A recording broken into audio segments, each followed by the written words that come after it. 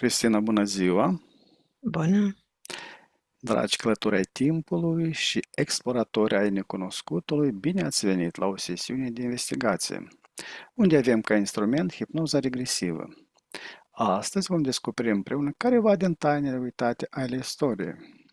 Dacă simțiți că energia voastră are nevoie de un reset profund, să știți că vă putem oferi servicii de purificare energetică și ezoterică, personalizate atât prin sesiuni online, cât și prin fotografie.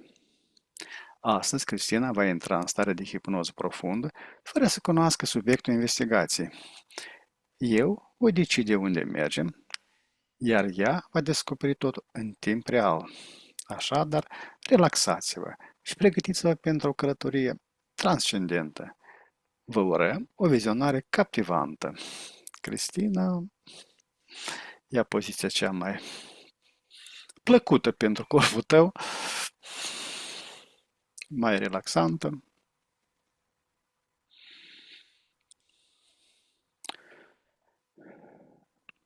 Inspiră și expiră de câteva ori profund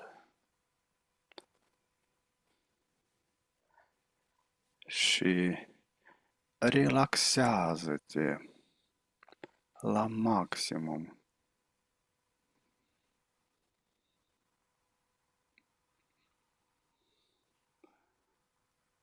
Treptat simți cum tot corpul tău se lasă ușor în voia relaxării.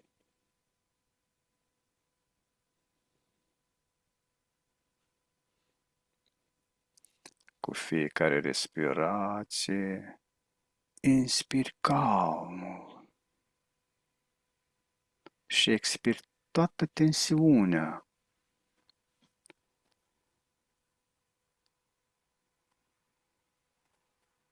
Imaginează-ți cum un val de liniște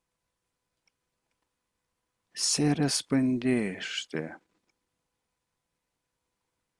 de la cap și până la degetele picioarelor tale.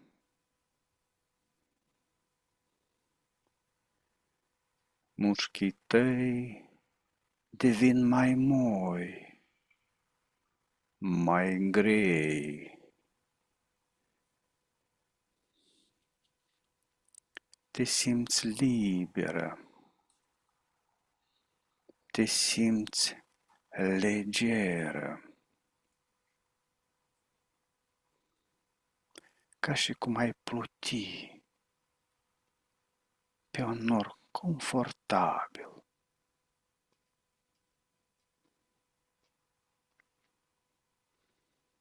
Fiecare sunet din jur te relaxează și mai profund, iar vocea mea te ghidează ușor spre o stare de pace.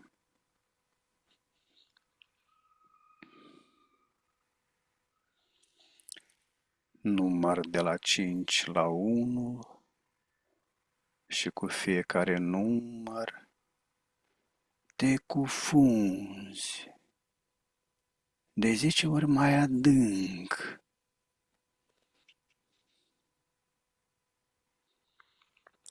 5. Totul devine mai relaxant. 4. Mintea ta e limpede și calmă.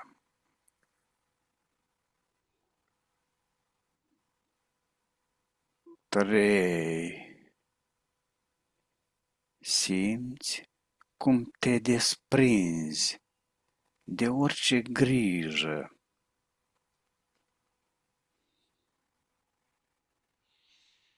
2. Încă un pic și ești aproape acolo.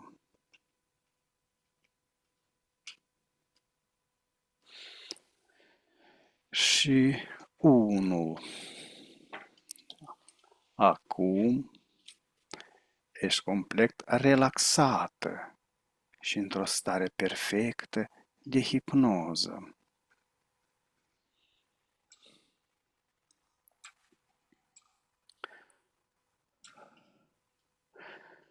Număr de la 1 la 3, iar la 3 ne deconectăm de la conștiința colectivă. 1, 2, 3.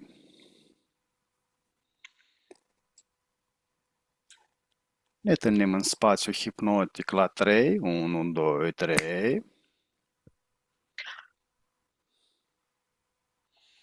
Cum îl găsești? Bine, ne ridicăm frecvențele și nivelul energetic până la maxim posibil. 1, 2, 3. Număr de la 1 la 3, iar la 3 te conectezi cu toată informația legată de simbolul Miorița. 1, 2, 3. Ok.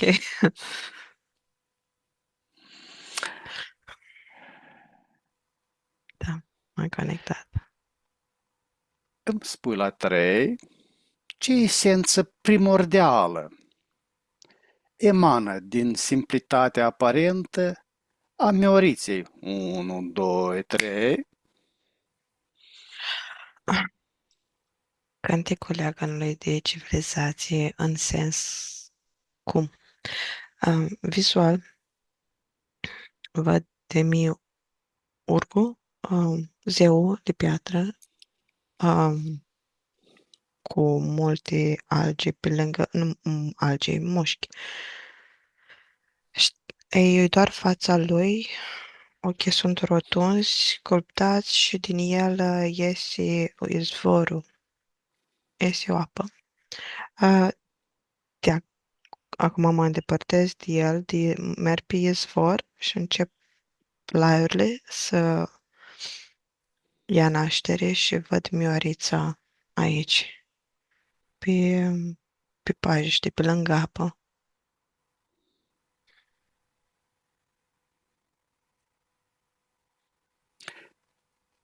De ce destinul este prezentant nu ca o lovitură, ci ca un dar?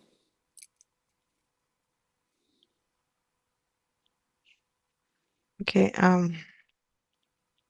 are de-a face nu cu un program complex din Matrix ca acum, de scenarii, algoritm, ci un cod mult mai simplu de atunci. Era uniunea dintre cer și pământ, uniunea între zei și om erau atunci când trăiau printre ei.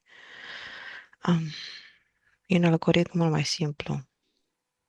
Din cauza asta este văzut ca un dar, fiindcă era lucru direct a zeului. Acum sunt diversi algoritmi care funcționează în mod automat.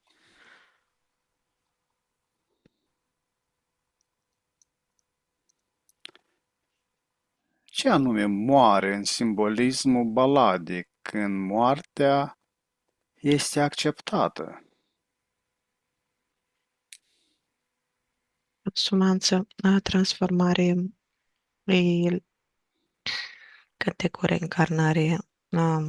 Ceea ce văd acum e că sunt în întuneric, într-o beznă totală.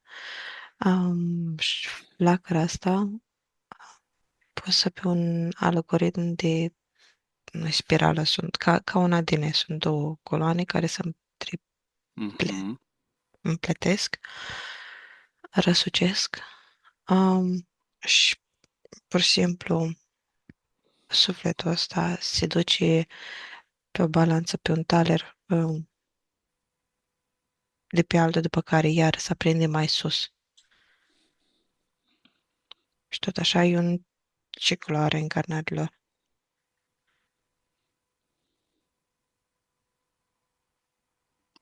Roata sansarei. Da, Unde se Dar află? e, Da. nu e legat numai de o moarte fizică, e o moarte spirituală, alchimizare, sunt mai multe roți la fel. Mhm. Suprapuse. Da, că este același proces. Nu trebuie un lucru să moară fizic, nu. Moartea înseamnă alchimizare, O transformare. transformare, da, o... Da. Unde se află adevărata putere în renunțarea la luptă pentru viață? Acceptarea necondiționată a fluxului din care faci parte, în momentul în care nu te mai spați. Traducerea e rețeta de materializare a fizicului după intenția ta. E lupta interioară care este dată pe orice aspect pe care nu l înțelegi, pe urmă când cobori umerii și te dai bătut, accepti. Mm, ai o codare lucrul ăsta. A unui sentiment care duce spre eliberare. Ce legătură sacră transformă moartea individuală în continuitate cosmică? Mai repetă, te rog, întrebarea. Ce legătură sacră transformă moartea individuală în continuitate cosmică?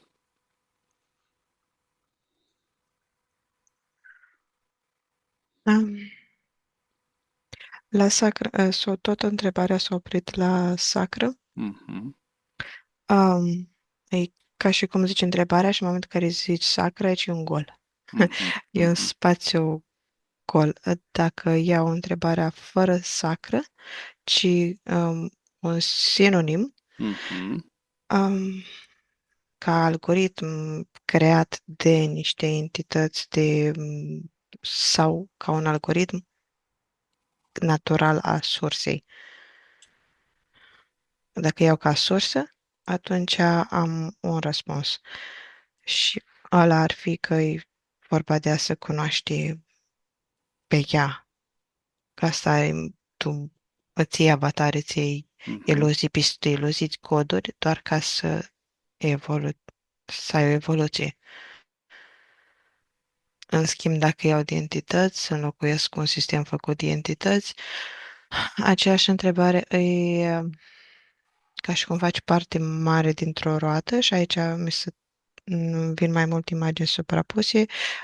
Roata aia care este a unui comandant de navă pe apă, dar care are 12 și în cele 12 sunt cele 12 ore, 12 de zodiac. E un Mhm, sistem. Apare imaginea de sistem și tu ești uleiul. Toate astea se transformă că ești uleiul pentru candela lor. mhm. De ce oițele sunt intermediare esențiale între om, natură și destin? Adorabile sunt oițele. Um, nu degeaba anumite animale au fizicalitatea de aici, că ele au și simbolic pentru noi. Faptul că noi facem o haină din ele, faptul că sunt mâncarea noastră, că țesem din ele, că au coarne, că au copitele respective, are o semnătate în sens cu un program în sistemul ăsta. Um, și ne comparăm cu o floare, ne comparăm cu o oiță. Noi suntem simbola sacrificiului.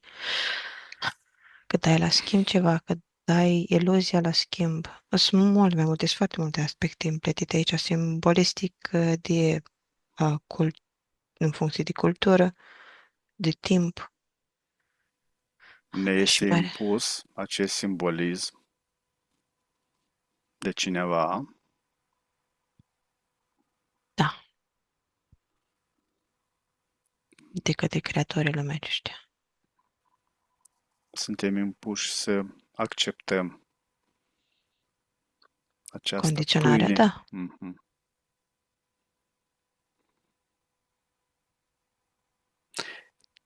Ce adevăr universal este camuflat în ritualul descrierii înmormântării?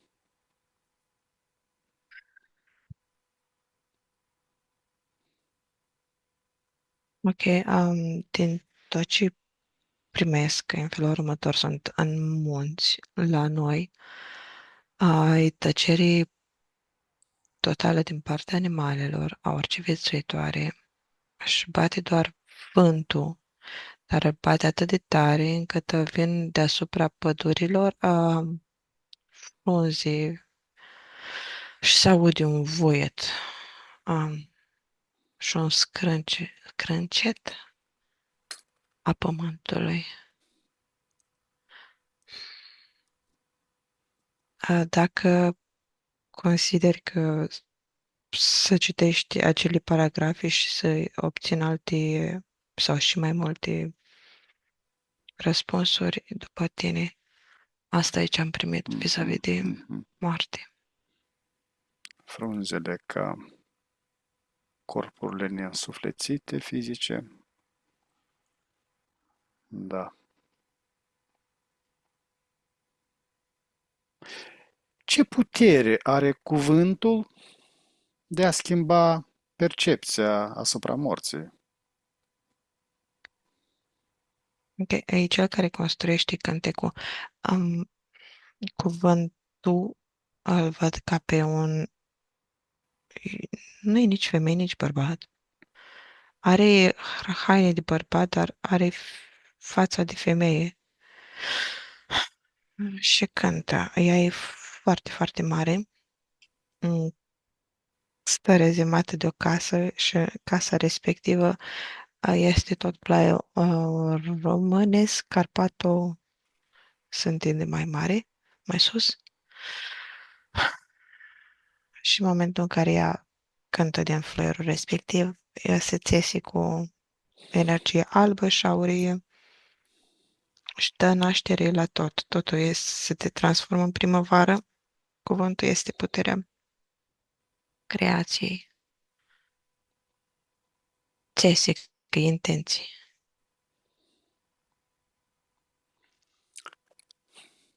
Ce lumină interioară emană din întunericul acceptării inevitabilului?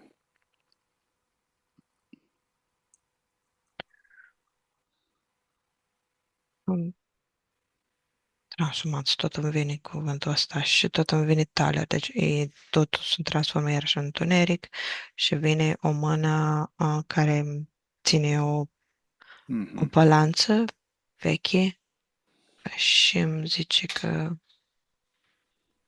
cuvântul ăsta.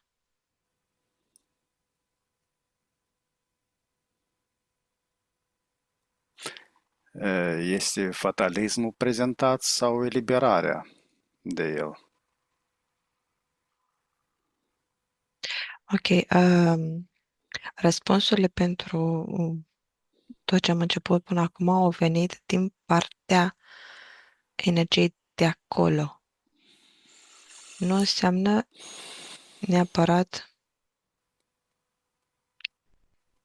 adevărul universal valabil, ci de acolo, din Miorița. Și spune că din amândouă poți să fii și fatalist, poți să fii și cealaltă. Mhm.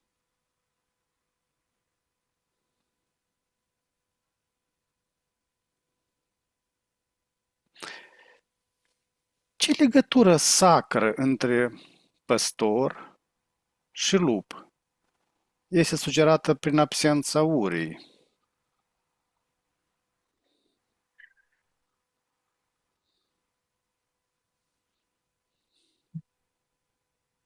E, Canteco zice că prezintă scenarii, structuri, algoritm a unor provocări prin care toată lumea trece, fie că este lup, fie că este întuneric, fie că este o problemă. Ai vorba tot același proces de alchimizare, de întâmpinarea unei probleme și detașare. Ai vorba de înțelepciunea a cuvintelor adunate de spațiu ăsta în care Carpato, pe care le-au strâns și le revarsă în cântec în momentul în care partea subliminală, nu partea subliminală, corpul este creierul într-o anumită stare și cântă din interior. Ok, asta dorește să spună de vis-a-vis de lup. De ce natura întreagă este invitată la nuntă sau înmormântare? Fiindcă totul este viu, totul participă, Mhm. totul. Oma codrilor e entitate, codri sunt o entitate, adică o fietate, nu entitate. Totul este viu și este alimentat de către cineva, de câte o parte subliminală, este un cod. Cineva trebuie să preia codul respectiv, așa cum noi luăm codul de om și se adună, fiindcă se sărbătorește în general și cerul și pământul și se lucrează pe toate planurile. Îți spune că și o nuntă se lucrează pe toate planurile, ca și când între ghilimele se deschid cerurile și îți cântă îngerii la nuntă. Se lucrează pe toate planurile. Înainte era, nu era sistemul neapărat a entităților, ci era sistemul viu al planetei care participa fără programarea Matrixului. Totul era un viu. Asta e cântecul care ți-l transmite înainte de programare, că sunt mai Mhm. multe nivele de programare. Așa. Ce energie se eliberează prin transformarea Doliului în sărbătoare cosmică? Faptul că nu există timp și spațiu, că nu e vorba de dor și atașament, se nu se transpunge, străbate timpul și spațiu, nu are limite. Atașamentul te poate aduce sau te poți duce, așa cum sunt programe cosmice, părți subliminale care sunt flăcări dintr-un întreg. Dorul, bine, pe o parte se referă și la faptul că că e o flacără înăuntru, dar în același timp e și un program care depășește spațiu și timp. E, e genul ăla de codare antică.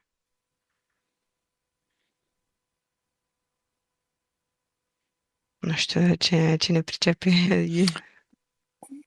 Oricum, perceperea este la alt nivel, în subconștient. Subconștient. Cum devine corpul păstorului punte între lumi? Nu sfârșit.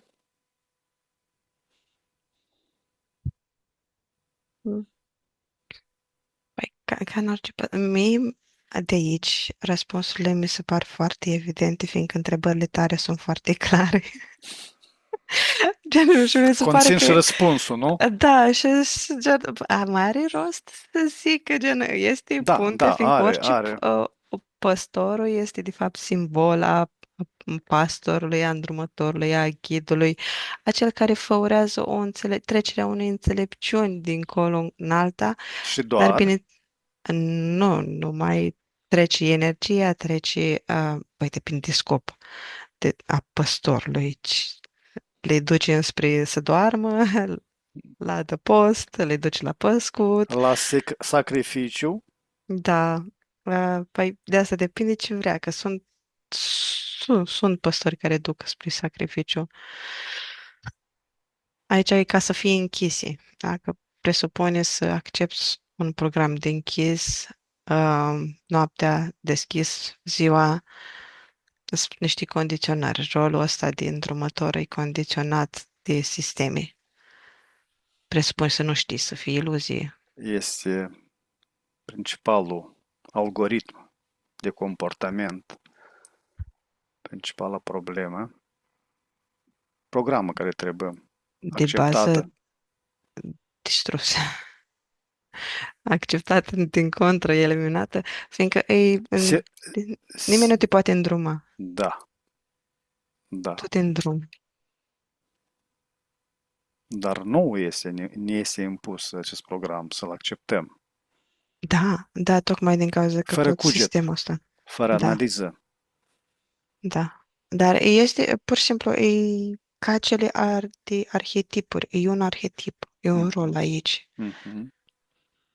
Și vine cu problemele lui, vine cu gândurile lui, vine cu entitățile lui. E întreg rol, cu manual de utilizare.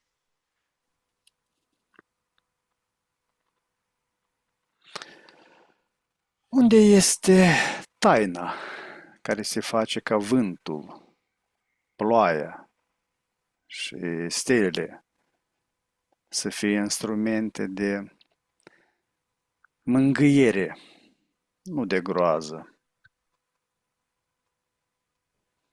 Ok, ca tristeții, um, ca supărare din care tu alchimizezi și iei o înțelepciune, unu.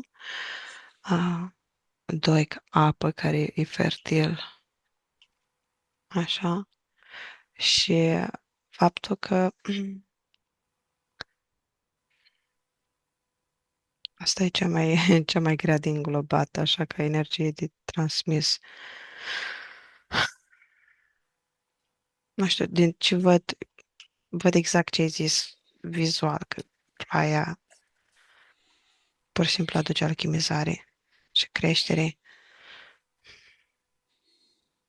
și unde stă înțelepciunea tocmai în proces. A dualismului, lumii care este creată tot ei, duală.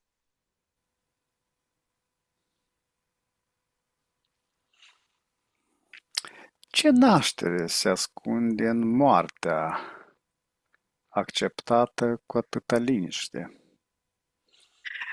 Deci, nașterea unui nou tu, deci întrebările tale oferă răspunsul, nu? Um,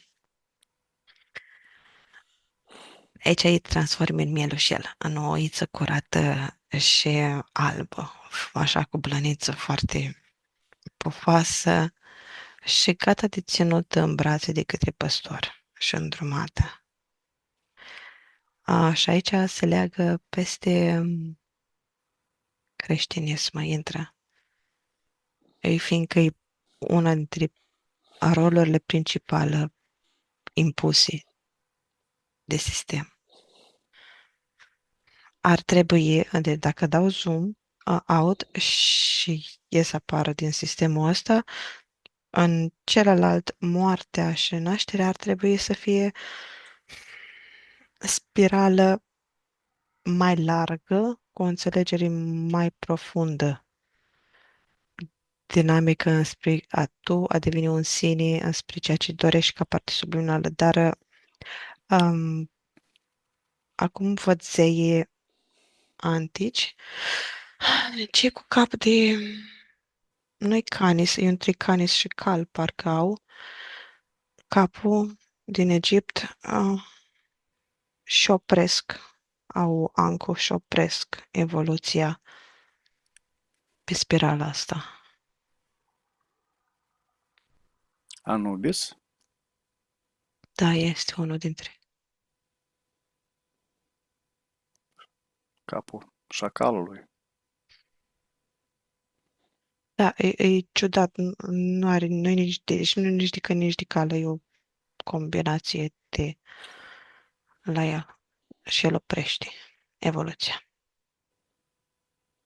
El face întunericul din jur să fie întuneric.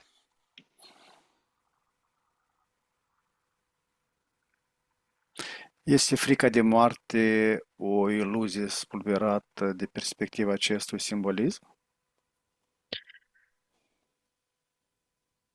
Vine răspunsul că da, 75% da.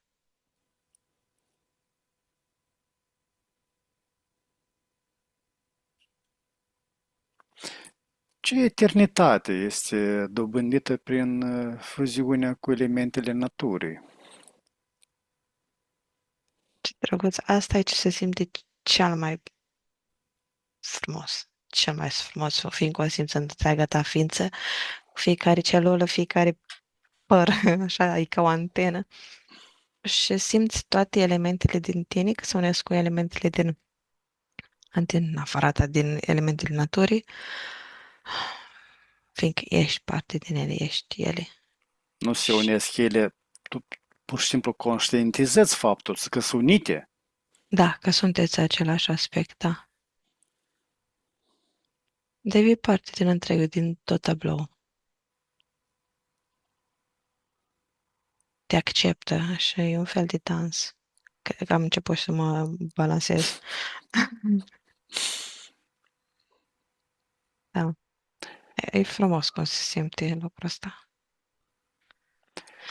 Ce paradox stă la baza faptului că un poem despre moarte devine un simbol al vieții de plin românești.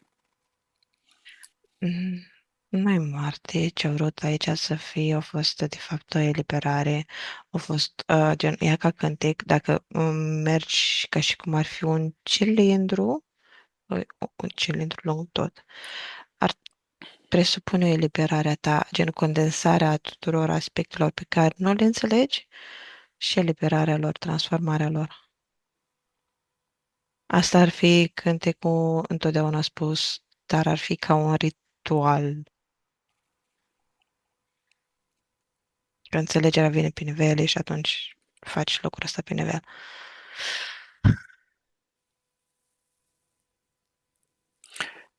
Cum răsună Miorița în inconștientul colectiv românesc, dincolo de rațiune? Ok, aici are rolul de dor. Dorul întâlnit mai înainte, ca atașament. Ca să te înfingă în meleagurile respective, cu programele respective, dar nu cele de după programare, cele originale. Originale, dar tot de entități programate. Codul simplu. Ce cod de viață este ascuns în apelul ei la unitate? Mhm. Ok, este un cod ăsta de viață care se repetă în mod constant în fiecare epopee, cântec. Toată lumea vorbește despre acea viață. Ai se simte într-un fel anume și, de fapt, în cuvinte simple ar fi că originea ta ca sursă, ca tu, ca potență creatoare, să-ți amintești cum să creezi, dar din afară să simte că ești parte din întreg. Nu se vorbește de a se subînțelege, nu? Să simți, da, e de a fi. Mm, Da, sub înțelege.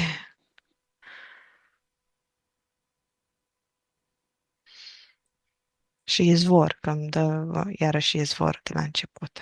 Că pe un asemenea cântec, pe o mioriță, a fost făcut și asta. Și realitatea asta. Ce lucru esențial este atât de simplu încât trece neobservat, dar e cheia înțelegerii, E simplitate. simplitatea. Da. simplitatea, că e coduri peste coduri peste coduri pe care le fiindcă accepti. care nu se oprește în analiza, că este prea simplu, este prea evident. Da, e vorba doar de a fi de a fi de a te axa aici. Mhm. Atât de simplu e. Este percepută, Că trebuie să fie complicat, că trebuie să mhm, fie în da. afara ta. Ce este complicat este analizat, ce este simplu este acceptat.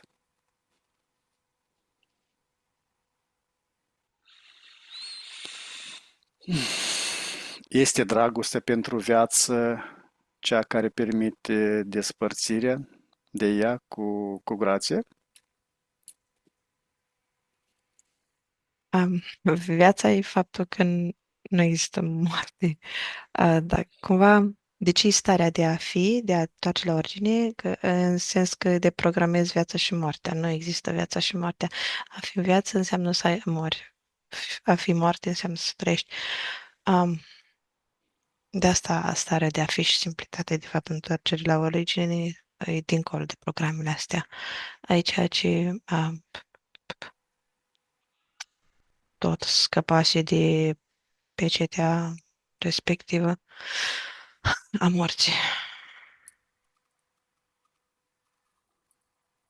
Cum reușește un mic poem să devină o oglindă a cosmosului?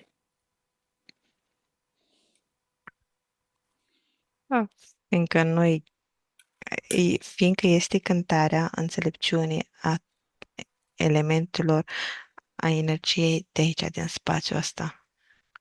O Și ieșit sub iarăși, formă. simplitatea. Da, da, e foarte natural lucrul ăsta. Este, Miorița, o profeție despre conștiința unitară, spre care poate evolua omul. Din care se trage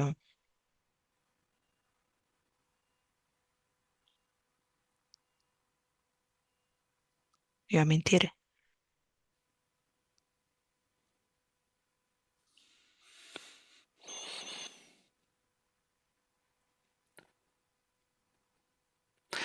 Ce eliberare absolută se obține prin supunere de plină față de ciclu universal? Ce eliberare cum? Eliberare absolută se obține prin supunerea de plină față de ciclu universal.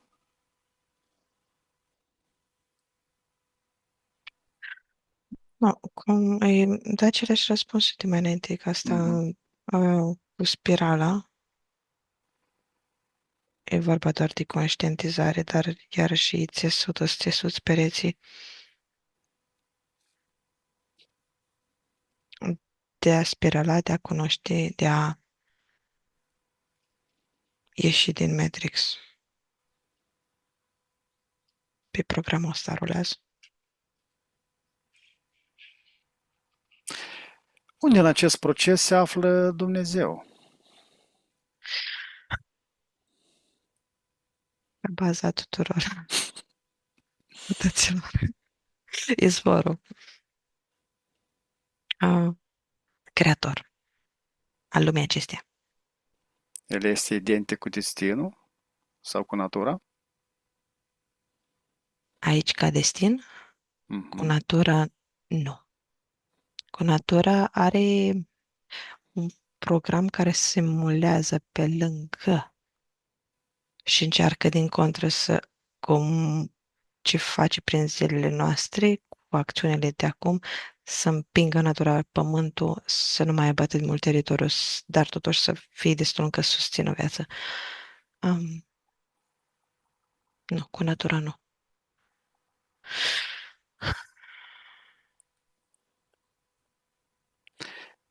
Miorița este o simplă poveste sau o stare de conștiință?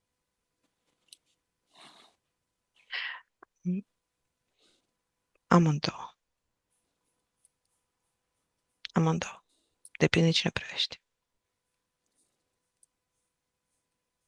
Poți învăța de la lună, de la soare, de la ce este, de la piatră, de la iarbă. Ea este în funcție de cel care o observă și care o simte.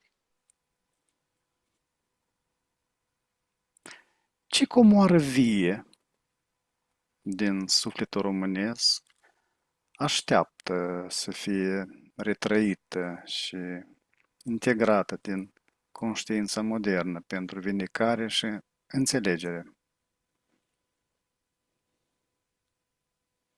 Um, ok. Doar răspund, doar precizând că iarăși a vindecat și a suferit de ceva programe. Nu suferim de nimic, suntem în iluzii. Dar au venit ca simbolist.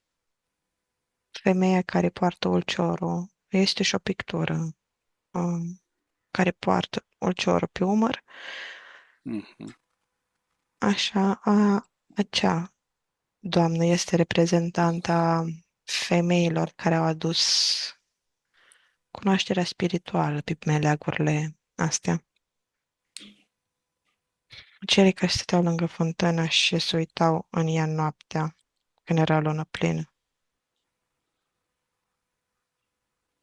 Cele care cântau, descântau în momentul în care o soră de-a lor stătea cu capul pe poale și le împletea părul, le punea flori în păr și cântau.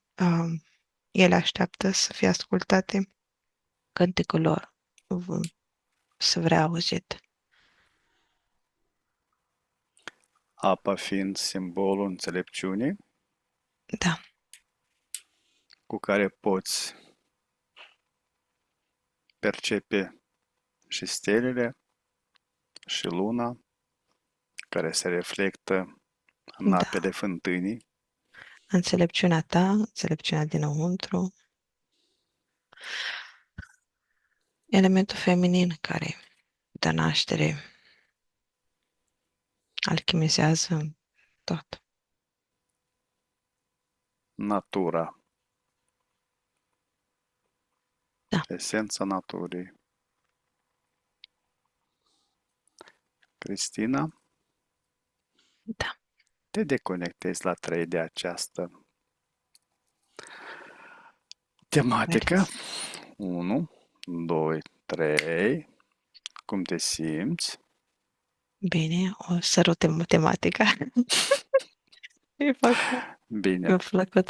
Am, Am ajuns la finele sesiunii. Acum ne deconectăm de la toate canalele informaționale la care am fost conectați. Ne ștergem toate urmele și amprentele energetice de peste tot și pregătește să revii treptat în stare de veche, proaspătă și plină de energie, acolo de unde ai plecat. Număr de la 5 la 1, iar tu îi permiți minții să se trezească clară și concentrată. 5. Simți cum conștiința începe să se lărgească. 4. Corpul tău devine mai ușor, mai prezent. 3. Auzul și senzațiile fizice se intensifică. 2. Gândurile tale sunt limpezi ca după un somn odihnitor.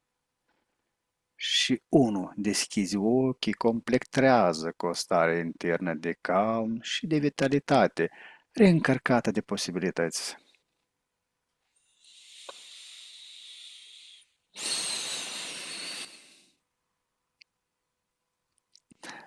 Cristina, uite, bine ai venit! Dragi exploratori ai inconștientului, am ajuns la finalul acestei călătorii extraordinare prin straturile timpului și ale memoriei ascunse. Vă mulțumim din suflet pentru prezență și reacțiile voastre la informațiile surprinzătoare dezvăluite astăzi. Fiecare comentariu, like și share ne ajută să ducem investigațiile mai departe. Sincere mulțumiri Cristinei, ale cărui talent și deschidere au făcut posibil această experiență fascinantă. Dacă ați fost intrigați de ceea ce ați văzut, nu uitați să vă abonați și să activați clopoțelul de notificări pentru a nu pierde următoarele sesiuni. Până data viitoare, rămâneți curioși și deschiși la misterele pe care mintea noastră le poate dezvălui. Vă răm liniște și descoperiri interioare. La revedere, numai bine!